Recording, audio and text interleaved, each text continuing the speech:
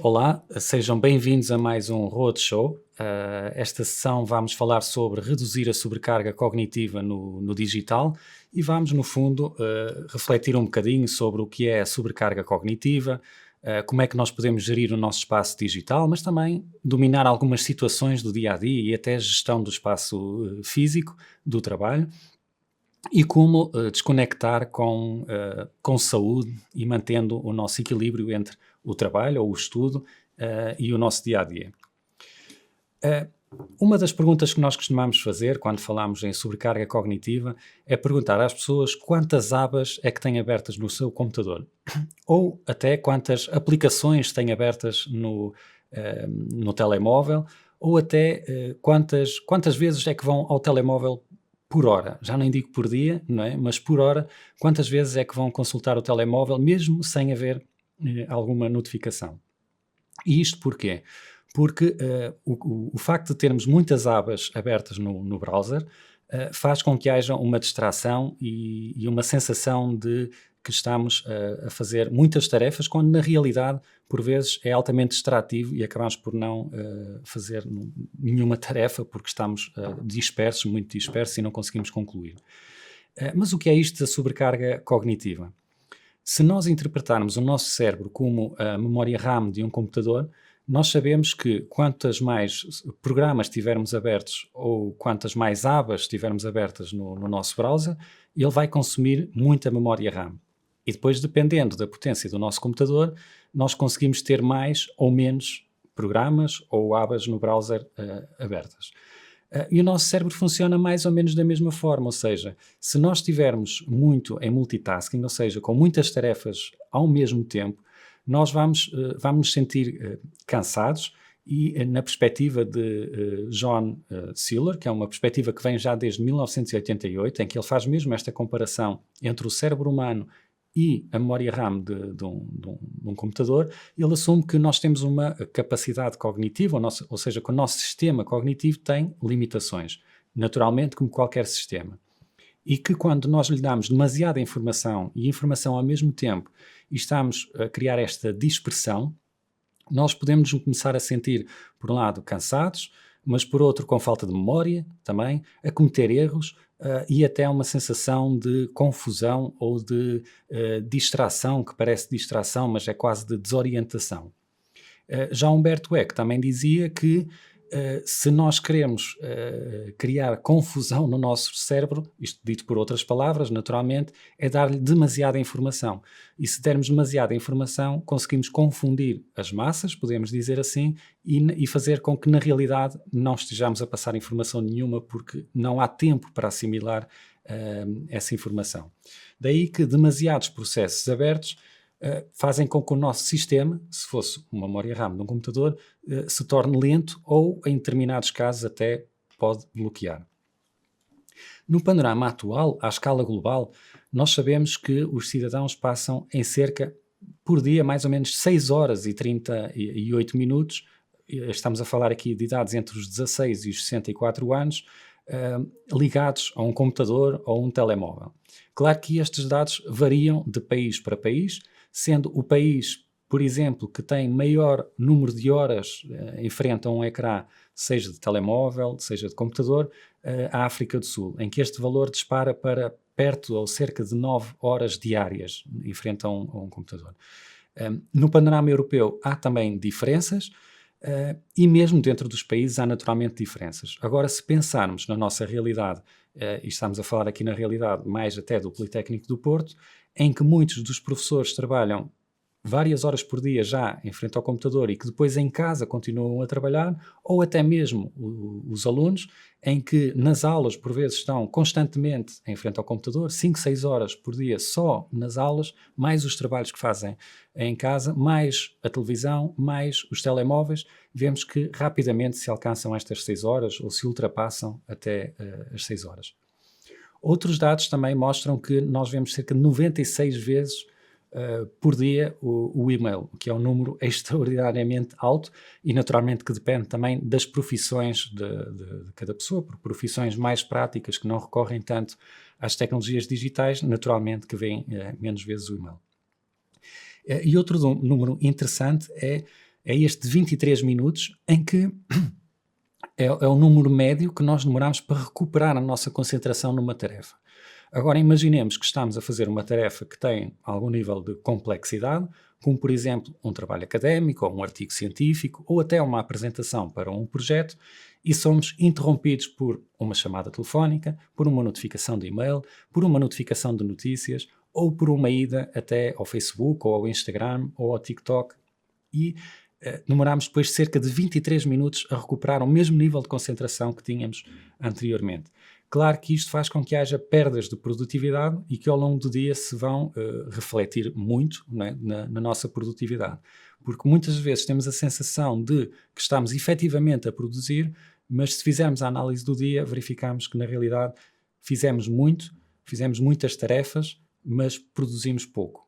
Embora tenhamos a percepção contrária de que produzimos muito. E quais são alguns destes sintomas deste cansaço cognitivo ou desta fadiga cognitiva?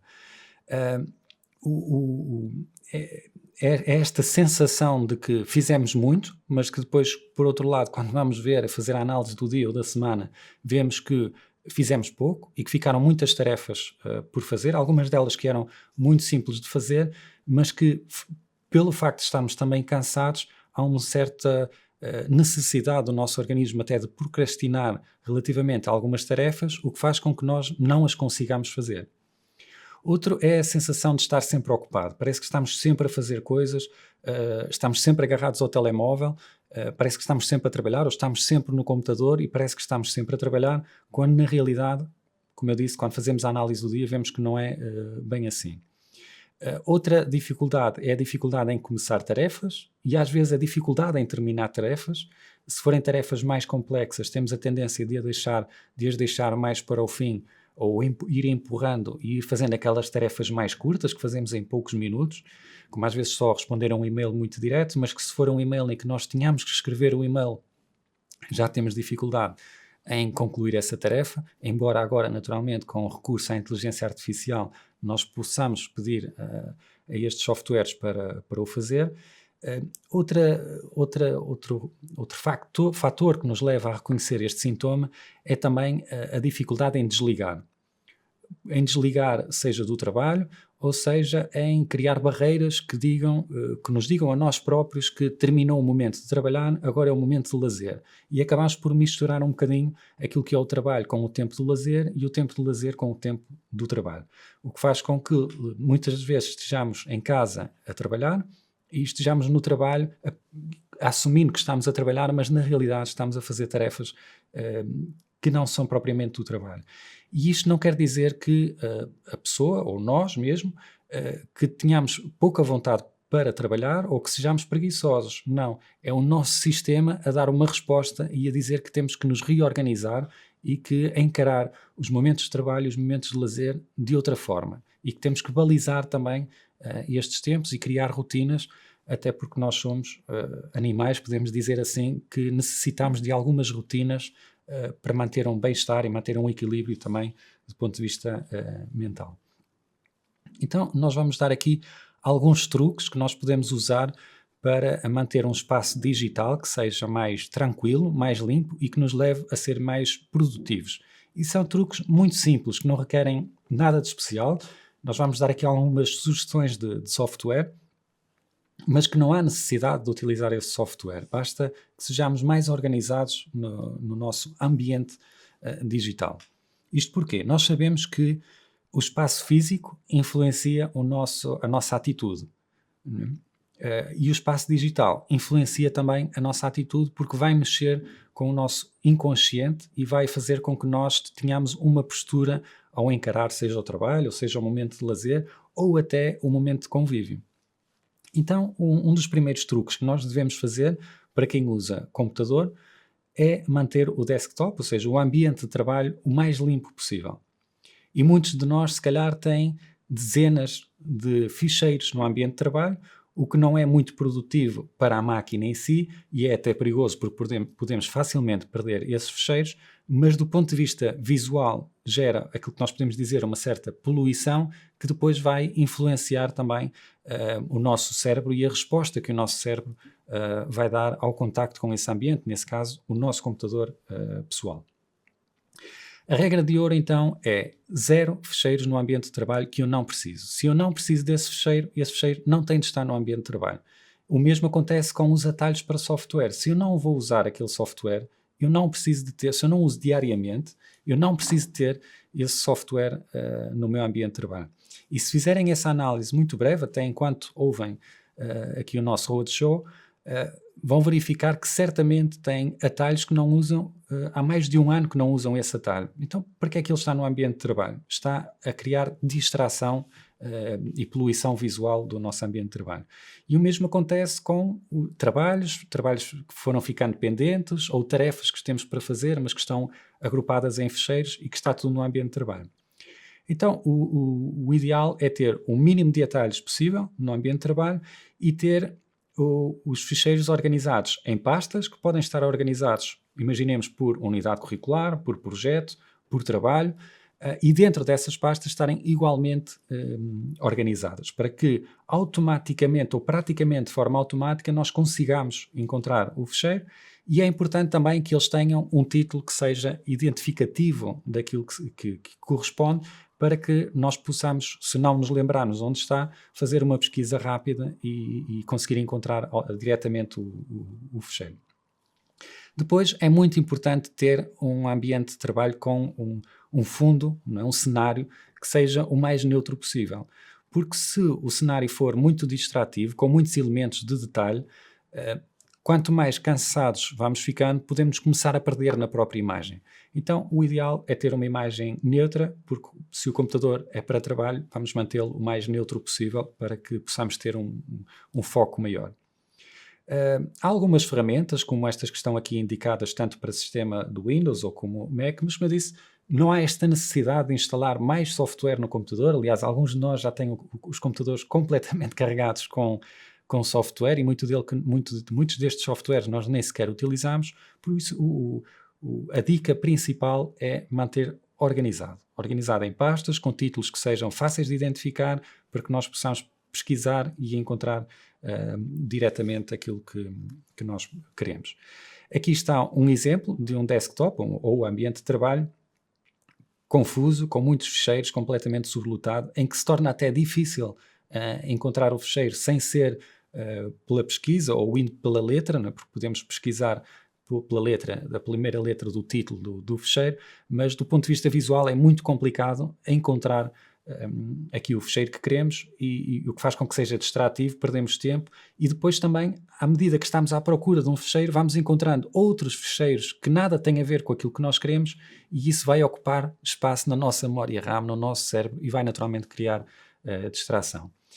À direita temos um ambiente de trabalho muito mais limpo, organizado, embora tenha mais do que 3 ficheiros ou pastas, mas ainda assim bastante organizado, neutro e é muito mais vantajoso para trabalhar e para utilizar e para encontrar os ficheiros.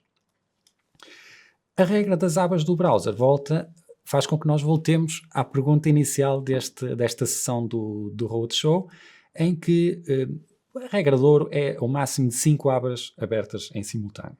E se fizerem essa análise neste momento, enquanto ouvem aqui também o nosso Roadshow, terão certamente uma aba do nosso Roadshow, possivelmente no YouTube. Muitos de vocês terão uma aba para o WhatsApp, com as notificações ativas, em que está constantemente a apitar, até porque muitos de nós têm grupos, e os grupos, se estiverem com as notificações ativas, geralmente são muito ativos, e dependendo da hora, são muito ativos, e estão a criar distração. E depois ainda temos, por vezes, outras redes sociais, e temos também trabalho, e-mail, notícias. São muitas abas que estão, por um lado, a ocupar e a consumir a memória RAM do nosso computador, mas também a consumir a dita memória RAM do nosso cérebro e a criar distração. Então a regra de ouro é o máximo de 5 abas, em que se eu não preciso da aba, eu vou fechar essa aba, ou o separador, como lhe queiram chamar.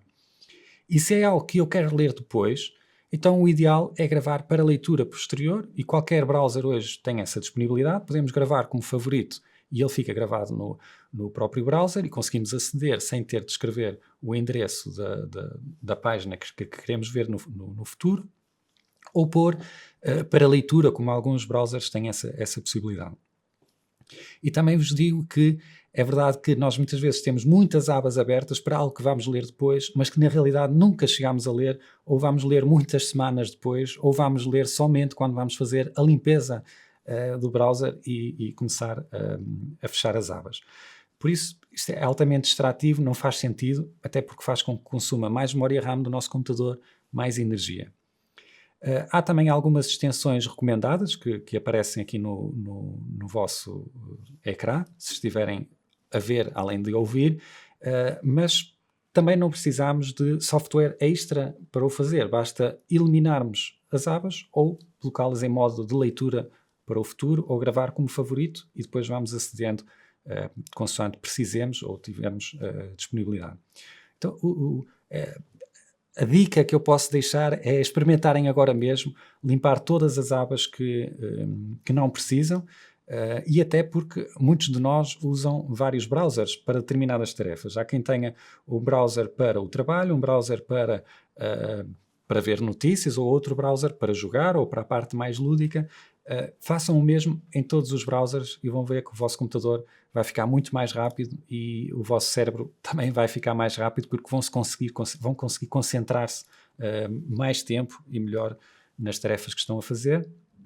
Aqui tem também um exemplo do browser do Google Chrome, à esquerda com muitas abas abertas, e vejam a diferença à direita com apenas uma aba aberta. É muito mais fácil encontrar o que se quer estando uma aba aberta do que tendo 20, por exemplo, abas abertas, o que dificulta a leitura, dificulta a pesquisa e é também em si muito distrativo. Outra dica que nós vos deixamos nesta sessão é terem mais do que um e-mail. Muitos de nós têm o e-mail institucional, que recebem quando chegam a uma instituição, neste caso ao Instituto Politécnico do Porto, e têm um e-mail pessoal.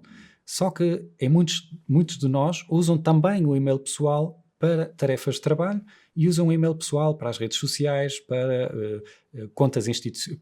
contas em sites institucionais, por exemplo, finanças, segurança social ou outras plataformas, o que faz com que nós acedemos ao e-mail que é o e-mail pessoal, mas que na realidade ele está altamente poluído porque está constantemente a receber notificações por e-mail de redes sociais, notificações de plataformas, notificações de notícias, de empresas onde criamos conta para fazer compras online. Então o ideal é ter mais do que um e-mail. Ter um e-mail institucional que é dedicado ao trabalho, somente para o trabalho, ter um e-mail para coisas pessoais no sentido de um e-mail mais, sendo pessoal, mas mais institucional, para as finanças, para a segurança social, o e-mail que está registado no nosso cartão de cidadão, e ter um outro e-mail, que é o e-mail que é usado, por exemplo, para as redes sociais ou eventualmente compras online. Isto porquê? Porque se nos roubarem, se nos hackearem o e-mail das redes sociais, não vão hackear o e-mail que tem acesso às instituições, aos sites das instituições, ou ao contrário, e isso dá-nos também alguma segurança. Além da segurança, dá-nos esta limpeza, podemos dizer assim, em que quando estamos no e-mail de trabalho, estamos só focados no trabalho e não estamos a receber e-mails de redes sociais, com as notificações das redes sociais ou de outras instituições. E isto permite-nos também, a longo prazo, manter esta diferença entre o tempo, ou este distanciamento entre o tempo de trabalho e o tempo do lazer. E quando abro o e-mail de trabalho, tenho a certeza de que só há trabalho, que não há redes sociais, porque acontece em muitos casos é que temos o mesmo e-mail para as duas coisas, então abrimos o e-mail para ir trabalhar e vemos uma notificação de uma rede social e começamos logo a pensar o que será e dá-nos vontade de ir a essa rede social. Depois, quando vamos a essa rede social, já sabemos que nunca estamos lá 15 segundos a ver qual é que era a notificação, acabamos sempre por ver mais coisas e isso vai ocupando o nosso espaço também de memória RAM e o nosso tempo ao longo do dia. Há aqui uma lista de tarefas que estão comprovadas que funcionam, que é a regra dos 3 MIT, ou seja, Most Important Tasks, que é definir apenas 3 tarefas prioritárias por dia. e distinguir bem aquilo que é para fazer hoje daquilo que é para fazer no futuro. Há tarefas que nós colocamos para fazer hoje, mas já sabemos que não as vamos concluir ou que não vamos ter tempo de as fazer. E isso faz com que nos crie alguma ansiedade, um sentimento de que não fizemos aquilo que queríamos fazer, um sentimento de que estamos com tarefas em atraso. Então, o ideal é sermos realistas e não sermos masoquistas. Se eu sei que só consigo fazer 3 tarefas, é melhor definir bem essas 3 tarefas, até porque se eu fizer essas 3 tarefas, eu vou ter uma libertação de dopamina, ou seja, vou-me sentir realizado, vou-me sentir bem, e é, na realidade, uma dopamina merecida, porque acabamos por concluir uma tarefa para a qual nos tínhamos comprometido em fazer.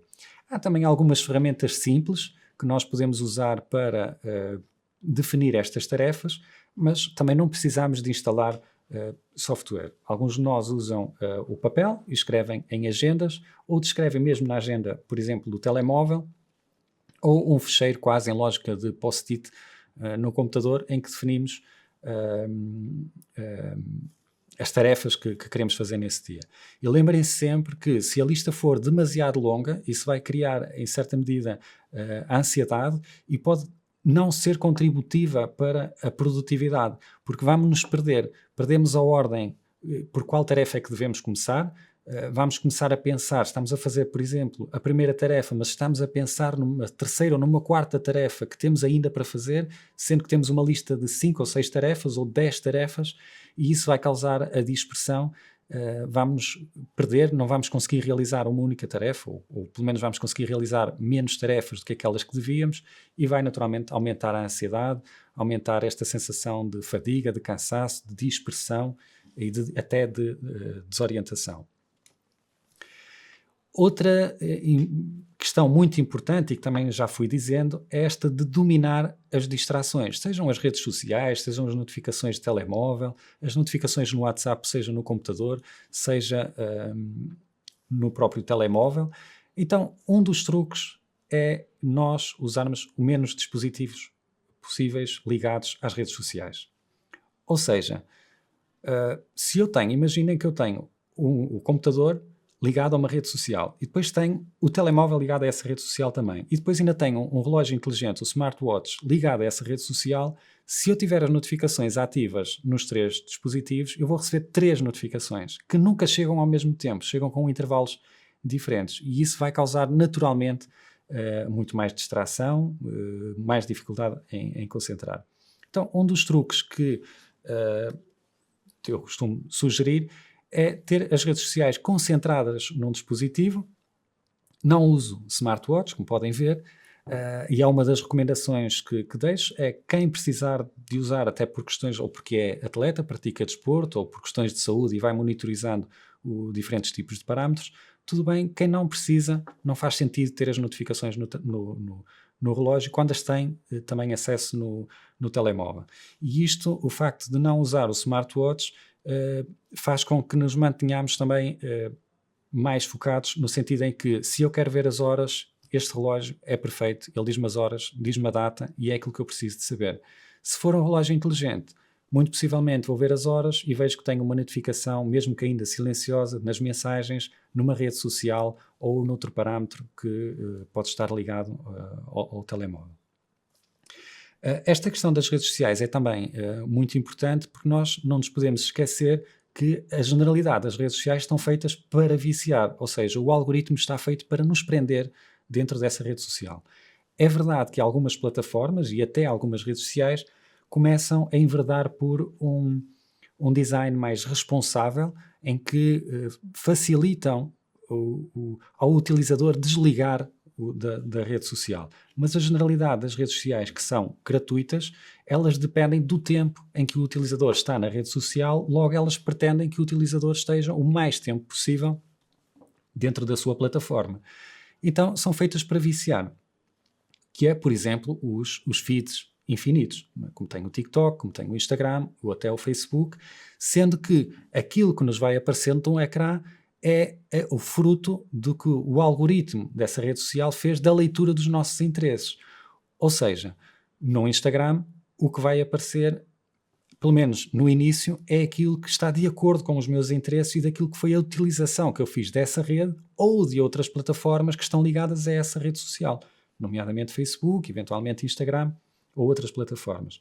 E isso aumenta o nível de viciação da plataforma e, além disso, se eu estou a ver sempre algo que gosto, eu estou a ter uma libertação de dopamina, de prazer, e que naturalmente vai-me viciar no prazer, que é, no fundo, algumas críticas que existem à nossa sociedade, que é a sociedade, costuma-se dizer, da dopamina, não é? A sociedade do prazer imediato, o que faz também com que, ao longo dos anos, o nosso nível de atenção tenha diminuído e esteja atualmente entre os 10, 12 segundos, e tenhamos também dificuldade em escutar, dificuldade em fazer tarefas que são menos interativas do ponto de vista do multimédia até, ou tarefas mais complexas que exigem um maior nível de concentração.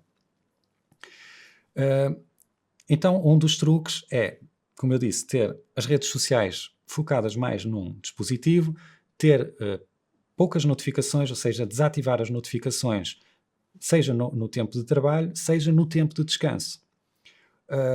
Outro truque é, quando nós vamos dormir, colocar o telemóvel em modo de silêncio, ou seja, desligar todas as notificações e ter essa, porque praticamente todos os smartphones têm a opção de de aceitar apenas chamadas de contactos que estejam nos favoritos, por exemplo.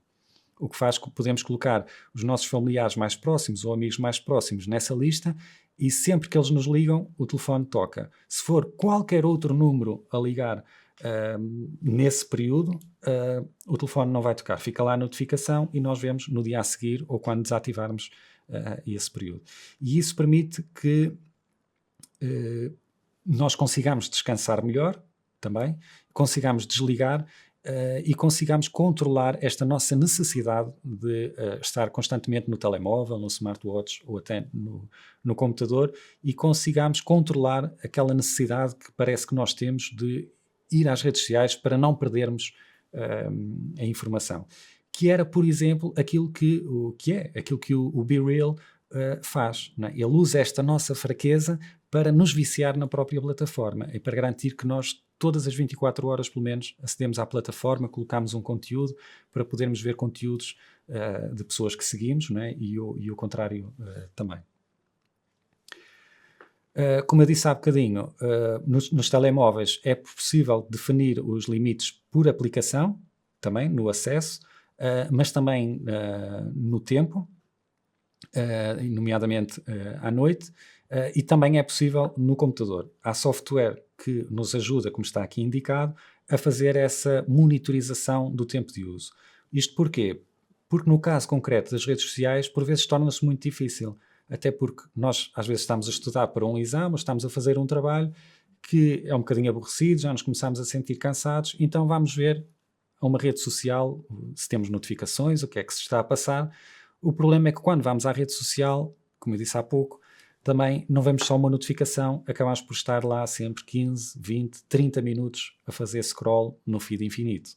Se eu tiver este controle e definir que não consigo aceder àquela aplicação, proibir mesmo o acesso à aplicação durante 30 minutos, uma hora, mesmo que tentemos aceder de forma direta, não conseguimos. Claro que de forma indireta conseguimos sempre aceder, mas o truque é, vamos experimentar apenas 30 minutos e depois vamos aumentando o tempo.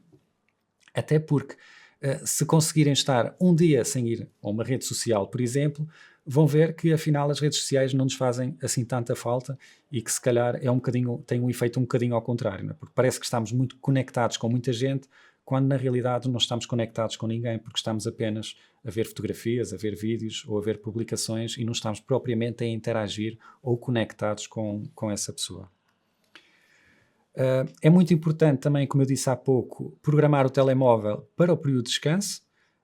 E o ideal seria até nem termos o telemóvel no quarto, nem termos o telemóvel a carregar no quarto.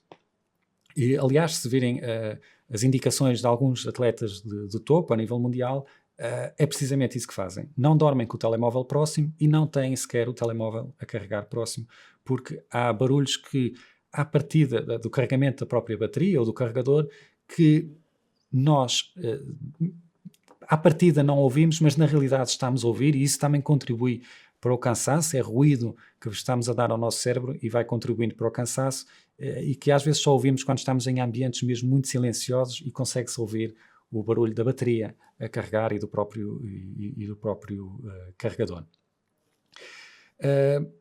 Também é importante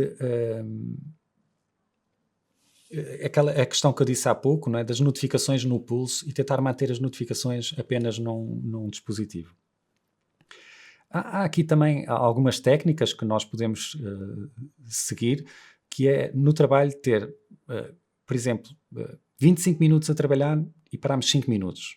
Não é? Mais 25 minutos e paramos 5 minutos. Ou então, como o nosso tempo de concentração, se forem tarefas muito complexas, é de cerca de 23 minutos, o tempo que nós demoramos a entrar profundamente num tema, fazer períodos de 1 hora e parar 10 minutos, ou 1 hora e 30 e parar algum tempo. Que era, aliás, uma medida que, na Idade Média, muitos dos humanos seguiam do trabalho, em que trabalhavam mais ou menos 1 hora e 30 e paravam algum tempo, e depois voltavam a trabalhar 1 hora e 30 e paravam mais algum tempo. Também é muito importante que, quando paremos, façamos outra coisa, ou seja, se estivermos a trabalhar no computador, parar estes 5 ou 10 minutos para continuar no computador, numa rede social, por exemplo, ou ir ver as notícias, se calhar não é a melhor forma. Se calhar o ideal é mesmo levantarmos, irmos dar uma volta, irmos até lá fora, apanhar um bocadinho de ar, beber um chá, beber um café, beber uma água e depois voltar, porque isso vai fazer com que o nosso cérebro relaxe e que consiga depois manter o foco por muito mais tempo, não é? E sermos mais produtivos, digamos assim. O espaço físico, à semelhança do espaço digital, é altamente importante, não é? Já todos nós passamos pela experiência de entrar num determinado espaço, seja num edifício ou até num espaço aberto, e parece que a nossa postura muda de acordo com o espaço físico. E não é por acaso. Isso acontece mesmo, tem a ver com a iluminação, com a própria temperatura, com as cores, com a organização do espaço. Aliás, fazendo aqui um parênteses, por exemplo, em Nova Iorque, já lá vão algumas décadas, o metro e o comboio estava constantemente grafitado. A Câmara Municipal de Nova Iorque decidiu que não queria mais os comboios grafitados, então percebeu que se os comboios estivessem sempre limpos, havia um desincentivo à grafitagem dos comboios e proibiu a saída de carruagens que estivessem grafitadas. Então todas as carruagens que estivessem grafitadas ficavam no estaleiro até estarem limpas. Claro que num período inicial isso custou, teve muitos custos, muitos constrangimentos, mas a verdade é que a médio e longo prazo verificou-se que a redução drástica da grafitagem dos comboios. Porque se eu tenho um espaço sujo, a minha postura é de não contribuir para a limpeza no mínimo do espaço. Se eu tenho um espaço limpo, a minha postura será a de manter o espaço limpo. Daí que o espaço físico é muito importante, e principalmente o espaço físico do descanso e do trabalho. Vejamos aqui a diferença entre dois gabinetes, podemos dizer assim, ou secretárias. À esquerda, um espaço muito confuso, com muitos papéis, muita informação, ou muitos dados, em que é difícil obter informação daquele espaço, em que só de olhar parece que já nos sentimos dispersos e confusos e sem saber muito bem o que fazer ou por onde começar. À direita, temos um espaço com o essencial, computador e pouco mais. Então o nosso espaço, seja de trabalho em casa e até de descanso, quanto menos tiver, melhor é, porque não vão surgir distrações e nós vamos nos focar, porque temos a tal lista das 3 tarefas diárias para nos orientar e sabemos que temos de fazer aquelas tarefas e é aquelas que vamos fazer. E deixamos tudo o resto para depois. Em casa é muito importante ter um espaço exclusivo para trabalhar. É verdade que muitos de nós não têm esse espaço, ou porque estamos deslocados enquanto estamos a estudar e estamos num quarto, ou porque temos uma casa pequena, ou porque é uma casa que é partilhada, mas é muito importante que tenhamos esse espaço. E que esse espaço não seja a cama, nem que seja uma secretária, pode ser no quarto, mas que seja uma secretária, e que não seja a cama. Isto porquê? Porque se eu trabalho na cama, o meu cérebro vai ficar confundido, vai entrar em confusão, e depois, quando nós vamos para a cama, ele não percebe digamos assim, isto naturalmente simplificando, se vamos para trabalhar ou se vamos para descansar. Enquanto que se eu trabalhar sempre na mesma secretária, sempre no mesmo, ou numa mesa, sempre naquele espaço, quando eu me sento naquele espaço, o meu cérebro assume que é para trabalhar e conseguimos nos concentrar muito mais fácil. Depois é importante, como disse há pouco, ter a secretária limpa, ter uma boa iluminação, que influencia muito também o nosso estado de espírito, ter uma boa temperatura, de acordo com as características de cada um de nós, embora entre aqui perto dos 19, 21 graus, embora aqui apareça 16, 19, mas depende muito também do nosso organismo. Se tivermos a possibilidade de ter auscultadores de cancelamento de ruído, faz com que nós não deixemos de ouvir os ruídos externos, os ruídos distrativos, e nos consigamos concentrar melhor e, eventualmente, até, depois dependendo dos gostos de cada um, das características de cada um, ter uma música mais calma, mais suave, de preferência sem letra, porque se tiver letra, determinadas palavras podem despertar sentimentos, mas também recordações, memórias, e podem elas ser distrativas mesmo noutras línguas.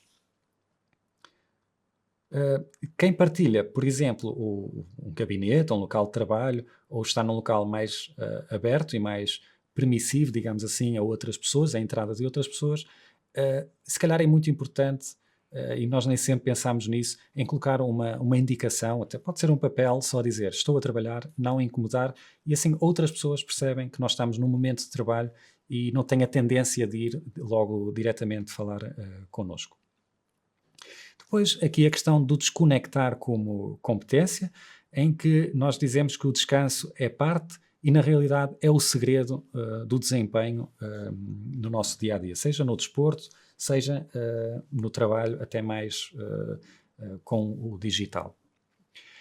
E nós não podemos ver o desconectar como sendo preguiça ou sendo alguém que não gosta de trabalhar.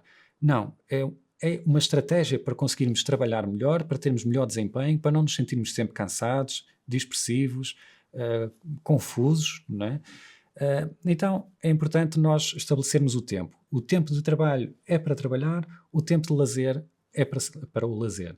E se fizermos este exercício durante alguns dias, o nosso cérebro vai começar a assumir essa rotina e vamos conseguir também descansar melhor, porque sabemos que o trabalho só se inicia no dia a seguir, a partir do momento em que saí do trabalho ou que desliguei, deixei de fazer os trabalhos que estava a fazer, a partir dali já não há mais trabalho, só no dia a seguir, e faz com que nós fiquemos mais relaxados e consigamos até dormir melhor.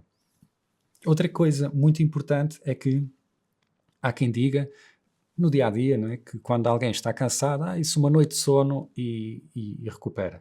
Não é verdade. A fadiga, quando está muito acumulada, no sentido, numa lógica quase já de burnout, não é com o sono, ou não é só com o sono que se recupera. É com estas estratégias, ou seja, haver uma rotina, haver um momento, haver equilíbrio e haver disciplina também sobre nós próprios, sobre a gestão do nosso tempo.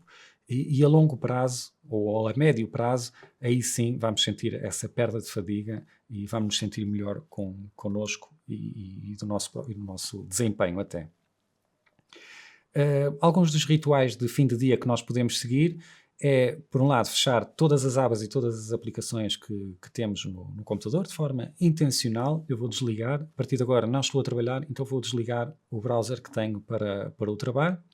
Posso fazer logo essas tarefas prioritárias que tenho de fazer no dia a seguir, e assim já ficam definidas, e o meu cérebro assume que no dia a seguir de manhã, quando eu chegar ao trabalho, ou seja, às aulas, por exemplo, ou o que for, eu tenho de fazer aquelas tarefas e já assumi. E podemos até dizer mesmo em voz alta, chegou o momento de desligar, acabou, o momento de trabalho acabou e agora vou descansar, e isso faz com que o nosso cérebro assuma mesmo essa realidade e tenha uma postura, ainda que inconsciente também, de forma diferente. E depois aquelas tarefas ou rituais que são muito simples, mas que nos ajudam muito a espairecer e a desligar, como seja o caminhar, seja o cozinhar, o ler em papel, ou fazer, ou pintar, ou fotografar, ou seja, tarefas que nos dão prazer e que não têm a ver com aquilo que é a rotina do dia-a-dia, do trabalho ou do estudo. Para professores, mas se calhar também para estudantes, é muito importante como temos vindo a dizer, aqui de modelar o nosso comportamento, e é muito importante também, em certa medida, educarmos as pessoas que comunicam connosco, seja em ambiente de trabalho, de estudo, etc. Ou seja, muitos de nós respondem a qualquer hora a um e-mail ou respondem até no WhatsApp a qualquer hora. Isso faz com que o nosso cérebro não desligue e mesmo que nós estejamos no momento de lazer, ativou-se o modo de trabalho aqui em parte do nosso cérebro e está naturalmente a consumir a memória RAM e está a criar essa fadiga cognitiva. Então é muito importante nós definirmos e se calhar até pormos no nosso e-mail a dizer quais é que são as nossas horas de trabalho e em que horas é que respondemos, para que outras pessoas também saibam que nós só vamos responder naquele intervalo e não vamos responder mais. E depois também não nos podemos esquecer que quem partilha 15 links ou 15 publicações por semana que está a contribuir para a sobrecarga dos outros, mas também para a sua própria sobrecarga. Não é? Porque quando há a partilha, há uma certa libertação de dopamina em que parece que estamos a fazer algo produtivo, quando na realidade não estamos a fazer e estamos a ocupar espaço também da nossa memória. Não é? E depois, naturalmente, até questões de acessibilidade nas apresentações que usamos nas aulas ou na apresentação de trabalhos. Algumas das boas práticas são definir a nossa política de resposta, como eu disse há pouco, ainda que definir os dias úteis aqui com alguma antecedência, podemos dizer assim, centrar o trabalho numa plataforma. Muitos de nós têm projetos, estão no Moodle, depois comunicamos no Teams, depois comunicamos em grupos do WhatsApp com a mesma equipa, partilhamos documentos via WhatsApp, depois partilhamos documentos via e-mail com a mesma equipa também, ou colocamos no Teams, e isto causa naturalmente distração, faz com que nós tenhamos de ter muitas abas abertas no computador, estejamos a receber muitas vezes notificações sempre sobre o mesmo tema em diferentes plataformas e em diferentes dispositivos. Então, se calhar, o ideal é concentrar tudo numa plataforma e a comunicação, pelo menos daquele projeto, ser feita através daquela plataforma. Ou seja, aqui o ideal é sempre simplificarmos os processos, a utilização de plataformas, até porque não nos podemos esquecer que o bem-estar digital não é algo que seja só individual, não é? É também uma responsabilidade coletiva e cabe-nos a nós manter este equilíbrio e contribuir para que os outros tenham este equilíbrio e possam ter este equilíbrio e estar melhor, digamos assim. Já quase a concluir, deixamos aqui um desafio dos 7 dias, em que uma mudança por dia pode contribuir para que a médio prazo nós estejamos melhor, deixemos de ter esta fadiga cognitiva, este cansaço, esta desorientação. Então, se calhar, a tarefa hoje já, o primeiro dia, porque sabemos que se atirarmos a tarefa para o dia a seguir, a tendência depois é não fazer. Então, no dia 1, se calhar vamos limpar aqui o ambiente de trabalho do nosso computador, ou até do telemóvel, ou do tablet. Aquilo que não utilizamos, apagamos. O que não está no ambiente de trabalho e que nós precisamos, vamos organizar em pastas, pondo um título que seja identitário e que eu consiga depois encontrar via pesquisa. No dia 2, vamos criar aqui um segundo e-mail que é exclusivo para o trabalho, ou se já temos um para o trabalho, vamos criar um e-mail que seja exclusivo para o lazer, por exemplo, para as redes sociais. No dia 3, vamos definir então aqui o nosso tempo, para as redes sociais e podemos até definir no próprio telemóvel ou com recurso a software de terceiros, definir este tempo de utilização e limitar. No dia 4, experimentar a regra das 5 abas durante todo o dia, em que se eu tenho 5 abas abertas, se abro mais uma, tenho que apagar outra. Manter sempre somente 5 abas abertas. Programar o telemóvel para o silêncio no dia 5, por exemplo, a partir das 22 horas até à hora em que acordamos. No dia 6, trabalhar em blocos, que pode ser os blocos de Pomodoro, ou então definimos nós o tempo de acordo com o nosso organismo, que é mais útil para o trabalho e mais produtivo. E no dia 7, fazer um ritual de fim de dia e desligar o computador à hora em que deixamos de trabalhar, por exemplo, às 18 horas, ou às 17, ou às 20 horas, por exemplo, ou às 22, para quem tem aulas ou 22 ou 23 horas, para quem tem aulas no pós-laboral, mas desligar o computador e ligá-lo apenas quando for depois novamente para trabalhar. Partilhem a vossa experiência com outras pessoas, sejam com os colegas da turma, com os colegas de trabalho, e ajudem-se nesta disciplinização, podemos dizer assim, né, de sermos mais disciplinados com o nosso tempo, mais respeitosos connosco próprios, porque é isso que acontece, né? Se nós respeitarmos o tempo de trabalho e o tempo de lazer, estamos também a dar-nos mais anos de vida e mais qualidade de vida a nós e a quem nos rodeia, sejam amigos ou familiares. Deixo aqui alguns recursos, seja livros e aplicações e ferramentas que podem usar. Quem tem também curiosidade sobre este tema e poder explorar aqui um bocadinho mais de informação, algumas dicas, até partilhas de experiências de outras pessoas e de como é que esta rotina ou estas rotinas, estas dicas de rotina contribuíram para mudar a vida de algumas pessoas e torná-las mais felizes, digamos assim, com o seu tempo, sentirem-se mais produtivas e menos cansadas durante o seu dia a dia e esta relação, mantendo esta relação saudável entre o trabalho e os momentos de lazer. Muito obrigado pela vossa atenção. Este foi mais uma sessão do nosso Roadshow. Até à próxima.